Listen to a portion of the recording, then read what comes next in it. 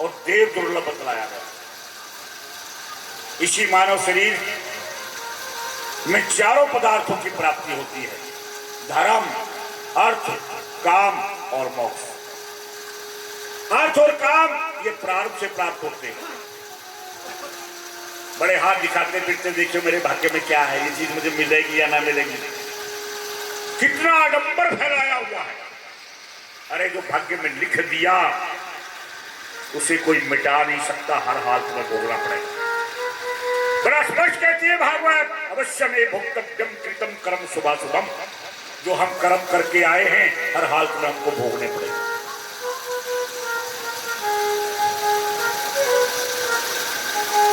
न मंत्रो न जंत्रो न तपो न स्वाध्याय, विधि लिखा लाटम न बना सकते। कोई भी पाए करे, विधि के लिखे विधान को कोई भी मेट नहीं सकता। क्या आपने सुना नहीं? इसी भागवत कथा में भगवान कृष्ण की सगी बुआ थी कुंती। कौन सा दुख है जो सब बेचारी ने अपने जीवन में ना भुगता होगा? क्यों नहीं भगवान कृष्ण ने काट दिया? कौन सा दुख है जो कुंती को नहीं मिला? लेकिन जब समय आ गया, नर क्या कर ले समय सब करवा दे। समय बड़ी बलवान, time your money, time your enemy. आपके भूख आपने अभी देखिए, सुबह उठे हमने बड़ा पुण्य का काम कर दिया, उसका फल हमने शुभ कर्म कर दिया, उसका फल हमको सुख मिलेगा।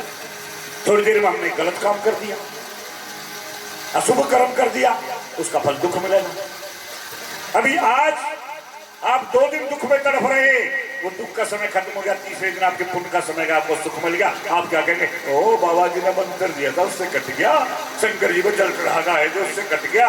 अरे उल्लू, तुम्हारा पुण्य आगे आ गया, वो पाप का समय तुम्हारा खत्म है। मैंने बड़ा प्रैक्टिकल किया इसमें, बहुत प्रैक्टिकल किया। एक व्यक्ति का केस था, बोले महाराज जी किसी तरह अगर मैं ये केस जीत जाऊंगा, महाराज जी जो कहोगे आपको दूंगा। प्रैक्टिकल बताता हूं, आप बड़े ध्यान से सुनना, भागवत का प्रसंग ही ऐसा है। मैंने कहा ठीक है, 5 लाख रुपए लगे। उसने कहा महाराज 5 लो, अगर मैं जीत गया 1 लाख और दूंगा। मैंने 5 लाख रुपए ले लिए और चुपचाप एक सेवक के यहां रखिया है। तो मैं तो कुछ करना नहीं था, मैं तो प्रैक्टिकल करना था। क्या था?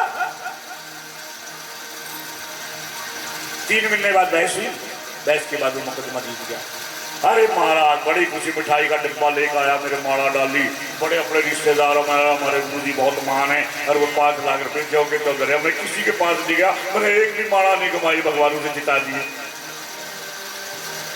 सोचो, विचार करो जरा इस बात का। एक मेरा सेवक, उसने इतनी सेवा करी, संतान नहीं हुई, 9 साल शादी को हो गए। मैंने संतान गोपाल मंत्र का जाप किया, बड़ी ईमानदारी से किया, कुछ नहीं हुआ। मैंने उसका आयुर्वेदिक इलाज किया, कुछ नहीं हुआ। एक संत थे, खिचड़ी वाले बाबा, बहुत महान संत थे, मुजफ्फरनगर में रहते थे। मैं उनके पास गया, महाराज जी मेरे सेवक है, बहुत अच्छे संतों की सेवा करते, इनको संतान नहीं। पंडित प्रेमचंद शर्मा उनका नाम था, बहुत ही योग्य व्यक्ति थे, दोनों पति पत्नी, नहीं संतान हुई। वो बोले ठीक है 51 महात्माओं का भंडारा करा दो।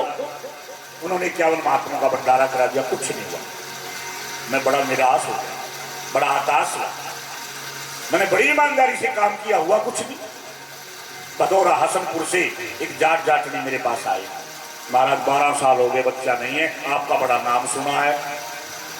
अब मैं तो पहले भुना बैठा था, तो सर्दी का मौसम था, मूंगफली लेके आए। मैंने मूंगफली ली, उसकी गिरी तोड़ी, 2 गिरी निकली उसमें से, एक पत्नी को खिला दी, एक पति को खिला दी। मैंने कहा जाओ, क्यों? मैंने किसी को कहना मना भी करना ठीक नहीं, किसी को निराश करना भी ठीक नहीं, जाओ भगवान भला करेगा। भगवान की लीला ऐसी हुई, 1 साल में उसका बच्चा होगा। विचार करो, मैंने ठगना नहीं था, इसलिए मैं सच बता रहा हूं। और मैंने रुपया कमाना होता फिर ये बात नहीं बताता, फिर कहता देखा मैंने मंत्र मारा था, मैंने यज्ञ कराया था तभी तो मुकदमा जीत गया, मैंने कुछ नहीं कराया किसी का भी। जिनके होने थे हो गए, जिनके नहीं होने वही तुम्हारी गति है। भगवान ने जो तुम्हारे प्रार्थ के अनुसार काम होने हैं भगवान करेगा, समय पे करेगा। समय से पहले भाग्य से अधिक कुछ नहीं मिलता, लेकिन तुम ठगी में आ जाते हो कि पंडित जी जाप कर देंगे, पंडित जी फलाना कर देंगे, पंडित जी टिकड़ा कर देंगे, ये हमें ठीक कर देगा, जाप करो। है कुछ नहीं, तुम्हारी ठगी है। तुम्हारा बढ़िया समय आ गया, तुम्हारा पुण्य का समय आ गया, तुम्हारा किया हुआ पुण्य तुम्हारा आगे आ गया, तुम्हारा काम बन गया।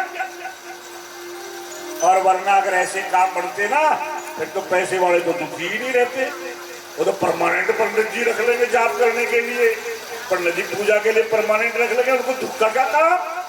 क्यों भाई? इसलिए चेतो, भागवत आपको जागृत करती है, भागवत आपको जगाती है।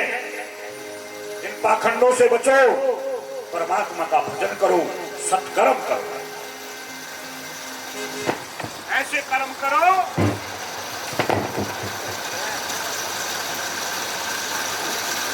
जो शुभ हो, अशुभ कर्म करो ही।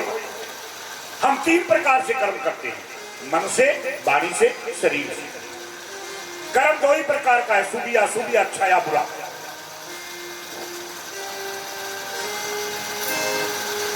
जिस वक्त में वो 5 लाख रुपया लेके उस सेवक के पास गया, बेटा मुकदमा जीत गया, कि हाँ जीत गया, मन कर रहा है अपने 5 लाख है गुरु जी। मैंने कहा उल्लू, मैंने कुछ भी नहीं करा। एक स्त्री आई मेरे पास, बोले बाबा मैंने सुना तुम सह बदलने की दवाई देते हो, लड़की से लड़का बना देते हो। मैंने कहा हाँ बेटा बना देते हैं। चूर्ण की गोली आती थी 1 रुपए की 5, चूर्ण की गोली दुकान पे मिलती थी। मैंने 1 रुपए की गोली लाया, मैं 1 रुपए की 5 गोली आई। मैंने कहा बेटा दूध के साथ बछड़े वाली गाय से लिए, 1 गोली आज खाइए, 1 गोली कल, 1 गोली परसों, 5 गोली खवा दी चूर्ण की, लड़का हो गया। ओ हमारे गुरु जी बड़े महान है। मैंने कहा ये ठीक बढ़िया बढ़िया, बोलो चूर्ण की गोली खिला दी, मैंने ईमानदारी की बात। लड़का हो गया, लड़की से लड़का बढ़ गया। अरे ढोंगों से बचो, मैंने प्रैक्टिकल किए। 2700 व्यक्तियों पे मैंने अपने जीवन में प्रैक्टिकल किया, 2700 व्यक्तियों पे मैंने कुछ भी नहीं किया। एक माई को तो मैंने 1000 गाड़ी लिख कर रोज लिखता था, 100 गाड़ी उस माई के लिए।